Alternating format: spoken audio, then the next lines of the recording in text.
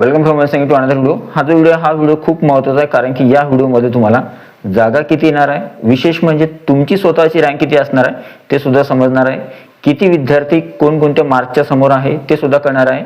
आणि विशेष म्हणजे तुम्हाला मेरिट समजण्यासाठी किंवा तुमचा नंबर शिक्षक भरतीमध्ये लागणार किंवा नाही लागणार हे सगळं करणार आहे या व्हिडिओच्या द्वारे. ठीक आहे, तुम्ही पाठीमागे बघू शकत असाल, इथे व्हाईट शीट आहे आणि याच्यावर आपण काही माहिती जी आहे सांगणार आहोत. आणि त्याचा फायदा तुम्हाला मेरिट किंवा यावर्षी कट ऑफ किती राहू शकतो किंवा तुमचा नंबर शिक्षक भरतीमध्ये लागणार किंवा नाही लागणार, तुमची रँक किती आहे, तुमचं स्थान कोणतं असणार आहे किंवा तुम्ही किती स्थानावर आहे ते तुम्हाला कळणार आहे. ठीक आहे, व्हिडिओ जो आहे खूप महत्त्वाचा आहे. व्हिडिओ आवडला तर व्हिडिओला लाईक करा, व्हिडिओ पूर्ण बघा आणि हा व्हिडिओ आवडल्यानंतर व्हिडिओला एक लाईक आणि चॅनलला सबस्क्राईब करायला विसरू नका. आणि हा जो व्हिडिओ जास्तीत जास्त शेअर करायला विसरू नका. तर सगळ्यात अगोदर पहिली गोष्ट बघूया. आता 2025-26 ची पद भरती होते शिक्षक भरती. ठीक आहे, तर सगळ्यात अगोदर बघा, आता सगळ्यात अगोदर आपला मेन जो टॉपिक आहे तो आहे शिक्षक भरतीचा. ठीक आहे, शिक्षक भरती 2025-2026. ओके, आता याच्यामध्ये काय झालंय, सद्यस्थितीमध्ये आपण जर जागांची आकडेवारी बघितली, समजा जागा जर बघितली आपण किंवा जागा एक्झॅक्ट किती येऊ शकतात. ठीक आहे, तर सद्यस्थितीमध्ये करंट सिच्युएशन जे आहे त्यानुसार 10,000 जागा येऊ शकतात, मे बी 15,000च्या आसपास जागा येऊ शकतात. ठीक आहे, किंवा 20 ते 25,000च्या आसपास सुद्धा जागा येऊ शकतात, मॅक्स टू मॅक्स लिमिट. ठीक आहे, आता कमीत कमी 10,000 जागांची पदभरती होऊ शकते, 15,000 जागांची होऊ शकते आणि 20 किंवा 25,000 सुद्धा होऊ शकते. आपण एक काम करू, 15,000 जे आहे 15,000 जागांची आकडेवारी यावेळेस किंवा यावर्षी येऊ शकते असं कन्सिडर करूया. आता जर समजा आपण 15,000 जागा जर धरल्या, किती जागा आहेत आपल्याजवळ, 15,000 जागा आहेत. ठीक आहे, या 15,000 जागांमध्ये उमेदवार जर बघितले आपण, तर उमेदवार जवळपास आपल्याजवळ 1,70,000 आहेत. ठीक आहे, एवढे उमेदवार आपल्याजवळ आहेत रजिस्ट्रेशन केलेले. आणि या उमेदवारांपैकी कोण कोण लागणार ते बघायचं आपल्याला. ठीक आहे, आता आपण बघणार आहोत आकडेवारी कशी आहे. ठीक आहे, तर सगळ्यात अगोदर बघा, आता मी तुम्हाला इथे काही मार्क सांगतो, इथे तुमची रँक सांगतो. बघा रँक कशी असणार आहे, रँक वाईज तुम्हाला लिस्ट देतो मी. ठीक आहे, याचा तुम्ही स्क्रीनशॉट घेऊ शकता, चेक करून बघू शकता तुम्ही. ठीक आहे, ओके. आता ही माहिती गोळा केली आहे आपण, त्यानुसार जी माहिती आपल्याजवळ आहे त्यानुसार नंबर 1, 180 200 गुणांची परीक्षा होती, त्यापैकी 180 प्लस स्कोर असणारे विद्यार्थी किती आहेत, ते एकूण 12 विद्यार्थी आहेत. ठीक आहे, नंतर नंबर 2, 170 ते 179 प्लस मार्क असणारे विद्यार्थी किती आहेत, तर या विद्यार्थ्यांची संख्या आहे 118. किती आहे, 118. नंतर बघा, चित्र तुम्हाला क्लिअर होऊन जाईल. ठीक आहे, नंतर बघा तिसरं, 160 ते 169. काही मिस्टेक झाली तर तुम्ही समजू शकता, मी लिहितो इथे प्रॅक्टिकली. ठीक आहे, 559 म्हणजे अजूनही प्रॉब्लेम नाहीये इथपर्यंत, तर हे विद्यार्थी ते लागू शकतात. नंतर आहे 150 ते 159, 150 ते 159 हे विद्यार्थी सुद्धा शिक्षक भरतीमध्ये लागू शकतात. यांची संख्या किती आहे, 1672. आता आकडेवारी वाढत जाते. आता आहे 140 ते 149, 140 ते 149 प्लस मार्क असणारे विद्यार्थी किती आहेत, यांची संख्या आहे 4,651 एवढी संख्या आहे. ठीक आहे, अजून बघा, याच्यामध्ये ट्विस्ट आहे थोडा. 6 नंबर असे उमेदवार ज्यांचा स्कोर 130 पेक्षा जास्त आहे किंवा 139 पेक्षा जास्त आहे, 130 ते 139 प्लस असणारे विद्यार्थी किती आहेत समोरचे, टोटल विद्यार्थी संख्या आहे 11,320 एवढी संख्या आहे. किती, 11,320. मी तुम्हाला पूर्ण लॉजिक समजून सांगणार आहे, सगळे रियालिटी सांगणार आहे, फक्त एकदा आकडेवारी बघा तुम्ही. ठीक आहे, नंतर आहे 120 ते 129, 120 पासून ते 129 प्लस मार्क असणारे विद्यार्थी किती आहेत, तर हे उमेदवार आहेत जवळपास 24,717. ठीक आहे, नंतर परत आता उमेदवार बघूया. नंतरचे उमेदवार जे आहेत ते आहेत 110 ते 119 पर्यंत किती उमेदवार आहेत? 110 पासून जास्त मार्क, 119 पर्यंत मार्क असणारे उमेदवार 47,405. ठीक आहे. आणि नंतर आहे काही उमेदवार ज्यांचा स्कोर 100 ते 109 आहे. यांचा असे उमेदवार किती आहेत? 100 पासून समोर 77,040 एवढे उमेदवार आहे. ठीक आहे. अजून काही उमेदवार आहे ज्यांचा स्कोर 100 पेक्षा खाली आहे. मग समजा उदाहरणार्थ बिलो 100. मग बाकीचे जेवढे विद्यार्थी आहेत ते बिलो 100 आहे असं म्हणलं तरी चालतं तुम्ही. Remaining all candidates. ठीक आहे. जेवढे काही बाकीचे उरलेले कॅन्डिडेट्स असतील ते बिलो 100 आहे. आता इथे एक आकडेवारी जस्ट एक फिगर लक्षात घ्या. बघा, जर समजा आपण असं म्हणलं की 10,000 किंवा 15,000 जागांसाठी पदभरती झाली, मिनिमम 10,000 जागांसाठी तर होणारच आहे. 15,000 जागांसाठी सुद्धा होऊ शकते किंवा 12,000 जागांसाठी सुद्धा होऊ शकते किंवा 16-17,000 जागापर्यंत सुद्धा शिक्षक भरतीचा टप्पा एक होऊ शकतो. ठीक आहे. आता करायचं काय बघा, मिनिमम 15,000 धरले आपण, 12 ते 15,000 जागा येतात बुवा, 10 ते 15,000 जागा येणार आणि त्याच्यामधून एवढे उमेदवार आपल्याला यामधून उमेदवार सिलेक्ट करायचे. ठीक आहे. आता अगोदर सांगतो तुम्हाला व्हिडिओ पूर्ण बघावं लागेल, कारण की तरच कळेल की तुम्हाला कोणाचा नंबर लागणार आहे, कोणाची रँक किती आहे, कोणी कोणत्या स्थानावर आहे, ते सगळं कळणार आहे तुम्हाला. पण व्हिडिओ त्यासाठी पूर्ण बघावं लागेल तुम्हाला. ठीक आहे. अर्धवट बघून चालणार नाही. आता याच्यामध्ये बघा आकडेवारी, आपण बघूया की 15,000 ही जी फिगर आहे ती कुठपर्यंत येते. ठीक आहे. यांना तर काही टेन्शन नाहीये. समजा सपोज इथपर्यंत काही टेन्शन नाहीये. 130 ते 139, 120 ते 129 इथपर्यंत बघा. ऍक्च्युली हा आहे सेफ झोन. 120 ते 129 मार्क ज्यांना आहेत. ठीक आहे. 24,717 उमेदवार आहेत. आता हे जे उमेदवार आहेत 24,000 पदांसाठी पदभरती नाही होणार, पण ज्यांचा स्कोर 120 आहे, 120 प्लस आहे, ते शिक्षक भरतीमध्ये होप ठेवू शकतात. कारण सांगतो, 130 ते 139 ज्यांचे मार्क्स आहेत ते 11,000 आहे. पण जर समजा भरती 14, 15,000, 16,000 साठी झाली तर त्यावेळेस मात्र या उमेदवारांना सुद्धा स्कोप असणार 120 ते 129 प्लस. ठीक आहे. हा, अजून थोडं सांगायचं राहिलं मला तुम्हाला. आता उमेदवार जे आहेत, मला याच्यामध्ये सांगायचं काय अजून तुम्हाला बघा. आता याच्यामध्ये काही उमेदवार जे आहेत, मला याच्यामध्ये काही उमेदवार तुम्हाला सांगायचे ज्यांची आकडेवारी मी तुम्हाला सांगतो. आता चला, आता मला तुम्हाला कोणत्या गोष्टी सांगायच्या ते बघा. सगळ्यात अगोदर जो मेरिट असतो किंवा कट ऑफ आहे, आता हा ठरतो कशावर ते बघूया आपण. ठीक आहे. मेरिट आणि कट ऑफ. सगळ्यात अगोदर पहिली जी गोष्ट लागते आपल्याला ती लागते तुमच्या टेट परीक्षेमधला स्कोअर किती आहे. ठीक आहे. हा सगळ्यात अगोदर चेक केला जातो.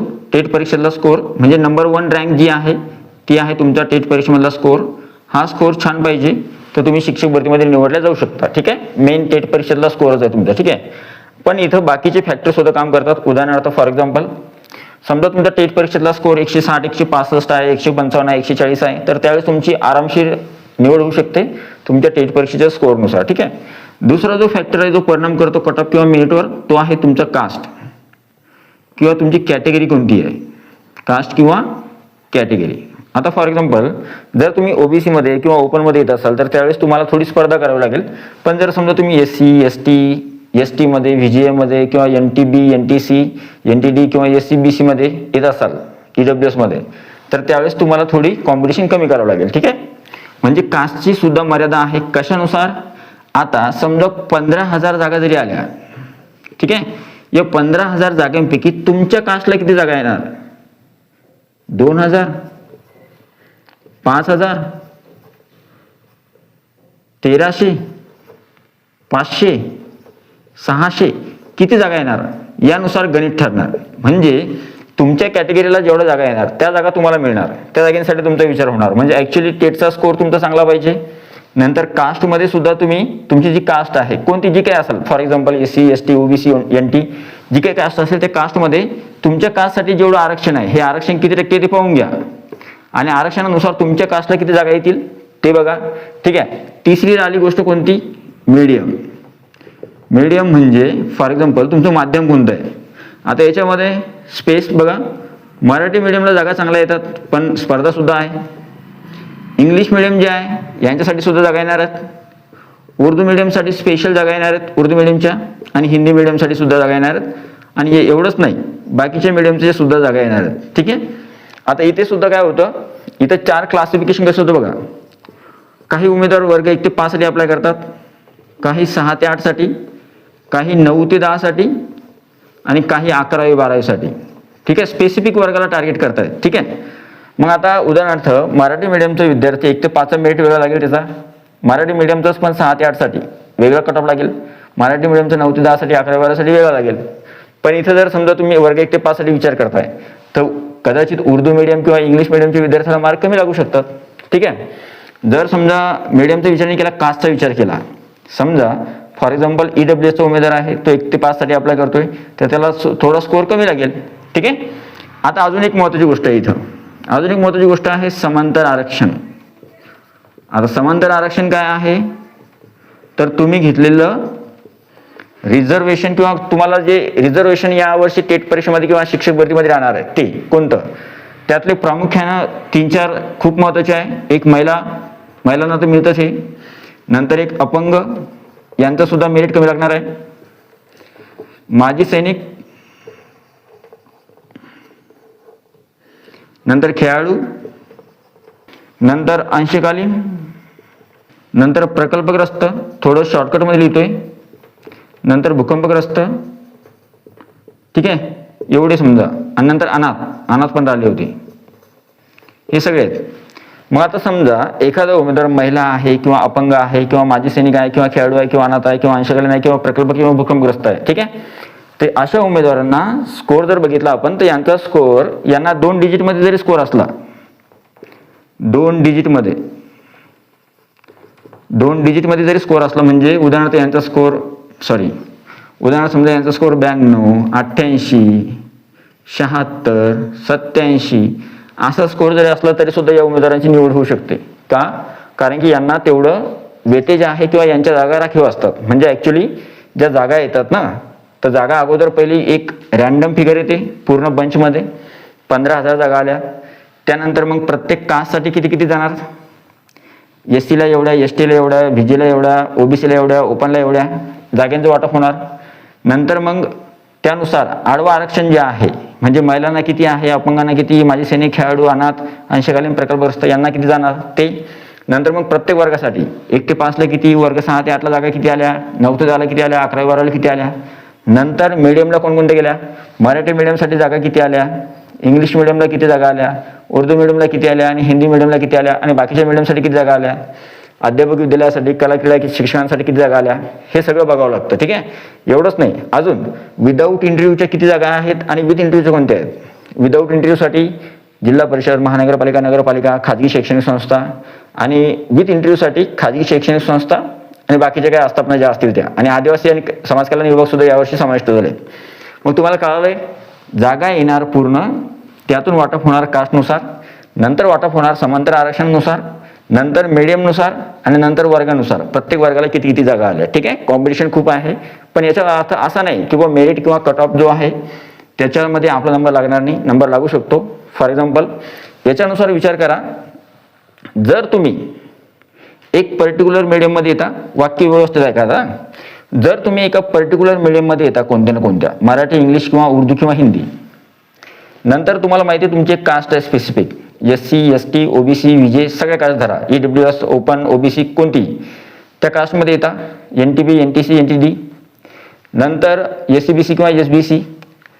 त्यानंतर तुम्हाला विचार करायचा आहे तुमच्या कास्टमध्ये उमेदवार किती आहे, तुमच्या मीडियममध्ये स्पर्धा आहे का जास्त, आणि नंतर तुमचा स्कोअर किती आहे. ठीक आहे, यानुसार विचार करायचा आणि तुम्हाला एक स्पेसिफिक वर्ग टार्गेट करायचा आहे. या त्या वर्गाला मला पसंती द्यायचे आहेत. ज्यांची TET पास नाही ते 9 ते 12ला जाणार आहे, आणि ज्यांची TET पास आहे ते ऑलरेडी 1 ते 5चा आणि 6 ते 8चा सुद्धा विचार करू शकतात. ठीक आहे, एक महत्त्वाचा फॅक्टर इथं आला, तो म्हणजे TET परीक्षेचा 5वा पॉईंट जो आहे तो आहे TET परीक्षा. आता जर तुम्ही उत्तीर्ण असाल तर याचा फायदा तुम्हाला 100% होणार यावर्षी शिक्षक पद भरतीमध्ये. म्हणजे कसा, फॉर एक्झाम्पल मी जर TET पेपर 1 पास आहे, तुम्ही वर्ग 1 ते 5 साठी अप्लाय करू शकतो. TET पेपर 2 पास आहे, वर्ग 6 ते 8 साठी अप्लाय करू शकतो. आणि जर मी दोन्ही TET पेपरचे पेपर 1 पेपर 2 पास नाही आहे, मला नाईलाजास्तव जावं लागणार आहे 9 ते 10 आणि 11वी 12वी साठी, जिथं स्पर्धा आहे थोडीफार. ठीक आहे, त्याच्यामुळे वर्ग 1 ते 5, वर्ग 6 ते 8ला जर मी TET पास असलो तर मला फायदा आहे, नसेल फायदा, मी पास नसेल झालो तर मला फायदा नाही आहे. ठीक आहे, आता मी तुम्हाला परत एकदा पुढच्या पहिल्या स्लाइडवर आपल्याला वापस येऊया. तर आता बघा आपण पहिल्या स्लाइडवर आलोय. काय होतं आपलं बघा, आपण बघितलं की आपण कास्टनुसार म्हणजे टेट परीक्षेतला स्कोअर तुमचा मेन आहे, नंतर कास्ट तुमची खूप मेन आहे, मीडियम सुद्धा मेन आहे, नंतर तुमचं क्लास वाईज जे आहे डिस्ट्रीब्युशन 1 ते 5, 6 ते 8, 9 ते 11, 12 ते सुद्धा मेन आहे. समांतर आरक्षण घेतलं असेल तर खूपच फायदा आहे. टीटी परीक्षा पेपर 1 पेपर 2 पास असेल तर फायदा आहे. डीएड आणि बीएड यांचा सुद्धा विचार करावा लागेल आपल्याला. तर डीएड असेल तर फायदा आहे 1 ते 5 साठी, बीएड असेल तर 6 ते 8 साठी किंवा 9वी 10वी किंवा 11वी 12वी साठी, आणि ग्रॅज्युएशन पोस्ट ग्रॅज्युएशन असेल तर 9वी 10वी आणि 11वी 12वी. आता इथं जर 15,000 जागांचं धरलं आपण, तर त्यानुसार मी काय सांगितलंय तुम्हाला, इथं 15,000 जागा म्हणजे ज्यांचा स्कोर 130 प्लस आहे, हे बघा 130 ते 139, 11,320 उमेदवार आहे असे, आणि ज्यांचा स्कोर 120 ते 129 आहे असे 24,717 उमेदवार आहे. मग तुम्ही म्हणाल की एवढे जे उमेदवार आहे 120 129 वाले हे सगळे लागतील आणि हे खालचे लागणार नाही. नाही, असं नाही आहे. का नाही आहे सांगतो. उदाहरणार्थ तुम्ही जे रॅन्डमली धरताय फिगर, ते 120 ते 129 हे उमेदवार सेफ आहे. सेफ म्हणजे काय की बुवा हे स्पर्धा करू शकतात बाकीच्या उमेदवारांसाठी, हे तर लागणारच आहे. हे अलीकडचे जे आहेत 5, हे जे आहेत 4,651 पर्यंत 140 किंवा 149 वाले, हे तर शक्यतो लागू शकतात, पॉसिबिलिटी जास्त आहे यांची लागण्याची. पण यांच्यामध्ये सुद्धा बघा, आता जर 140 149 मार्क आहे किंवा 130 135 मार्क आहे किंवा 139 मार्क आहे, पण टीटी परीक्षा पास नाही, मग यांना जावं लागेल 9वी 10वीला किंवा 11वी 12वीला. मग हे उमेदवार कमी होतील यातले. ठीक आहे. दुसरा विचार करा. आता समजा माझं TT1 TT2 पास आहे, पेपर 1 पेपर 2, वर्ग 6 ते 8ला मी अप्लाय करू शकतो, मॅथ आणि सायन्स आहे माझं. मग माझा स्कोअर जर 120 किंवा 110च्या आसपास आहे तरी सुद्धा माझा विचार होऊ शकतो, कारण की हे जे उमेदवार आहेत 4,000 1,000 1,500 500, याच्यामध्ये मॅथ आणि सायन्सवाले एवढे नसू शकतात जेवढे याच्यामध्ये असू शकतात. मग इथं मला वाव आहे 110 ते 100 किंवा 110 किंवा 120 पर्यंत जर माझा स्कोअर आहे. तर समजा उदाहरणार्थ माझं इंग्लिश मीडियम आहे, डीएड आहे किंवा फिमेल कॅन्डिडेट आहे मी, तर त्यावेळेस मी 100 ते 109 किंवा 110 119 असलं तरी सुद्धा मला स्कोप आहे, मी शिक्षक भरतीमध्ये लागू शकतो. आता जर माझं आरक्षण आहे बिलो 100, माझं आरक्षण आहे, तर त्यावेळेस फायदा कसा आहे बघा, हे वरचे तर लागतीलच, पण माझं असं म्हणणं आहे की मी 100च्या खाली असलो तरी सुद्धा मी लागणार, कारण की माझी सैनिक, खेळाडू, अंशकालीन ही उमेदवारी मिळतच नाही. मग ही उमेदवारी मिळत नाही तर नालाज असतो, त्यांचा स्कोर किती कमी असला तरी सुद्धा त्यांना त्यांच्या शासन निर्णयाप्रमाणे किंवा त्यांना त्यांच्या जागेनुसार, जिथं त्यांच्या जागा रिक्त असतात तिथं त्यांनाच घ्यावं लागतं, दुसऱ्या उमेदवारांचा विचार होत नाही. म्हणजे मेरिट जो असतो, एक गोष्ट लक्षात ठेवा नेहमी, मेरिट जो असतो तो कधीही सारखा नसतो, अजिबात नसणार. तुम्हाला काही ठिकाणी मेरिट 141 140 किंवा 141 गेलेला दिसू शकतो, काही ठिकाणी मेरिट तुम्हाला 125 प्लस दिसू शकतो, काही ठिकाणी मेरिट तुम्हाला 115 दिसू शकतो, काही ठिकाणी मेरिट तुम्हाला 106 दिसू शकतो, काही ठिकाणी मेरिट तुम्हाला 96 दिसू शकतो, आणि काही ठिकाणी मेरिट तुम्हाला 76 सुद्धा दिसू शकतो. मी मागच्या भरतीचं सुद्धा एक्झाम्पल दिले की काही असे उमेदवार ज्यांना 56 मार्क्स आहेत, ज्यांना 35 मार्क्स आहेत किंवा ज्यांना 28 मार्क आहेत, असे उमेदवार सुद्धा शिक्षक भरतीमध्ये सिलेक्ट झाले, कारण की त्यांच्याजवळ तेवढ्या गोष्टी होत्या. ठीक आहे. तुमच्या कास्टनुसार, तुमच्या मीडियमनुसार, तुमच्या टेटच्या स्कोअरनुसार, तुमच्या आरक्षणानुसार किंवा टीटी परीक्षा पास आहे किंवा नाही, डीएड आहे का बीएड आहे, यानुसार मेरिट जो आहे तो बदलतो. आता या सगळ्या गोष्टी बघितल्यानंतर तर यातून ते एक क्लिअर होते की तुम्ही ज्या गोष्टी मला तुम्हाला सांगायच्या होत्या की तुम्ही आज जे बघितलं ते होतं तुमच्या याच्यानुसार एकूण उमेदवार किती आहेत, त्या उमेदवारांमध्ये तुम्ही कुठे येता, कोणत्या रँकवर येता, त्या रँकनुसार जर तुम्ही 10,000च्या आतमध्ये, 12 किंवा 15,000च्या आतमध्ये असाल तर त्यावेळेस तुम्ही सेफ समजायचंय. आणि जर समजा तुम्ही त्याच्या समोर जरी असाल तरी सुद्धा तुमचं आरक्षण आहे का, टीटी परीक्षा आहे का, डीएड बीएड आहे का, इंग्रजी मराठी उर्दू मीडियम कोणतं मीडियम आहे तुमचं, या सगळ्या गोष्टी विचारात घ्यायच्या आहे.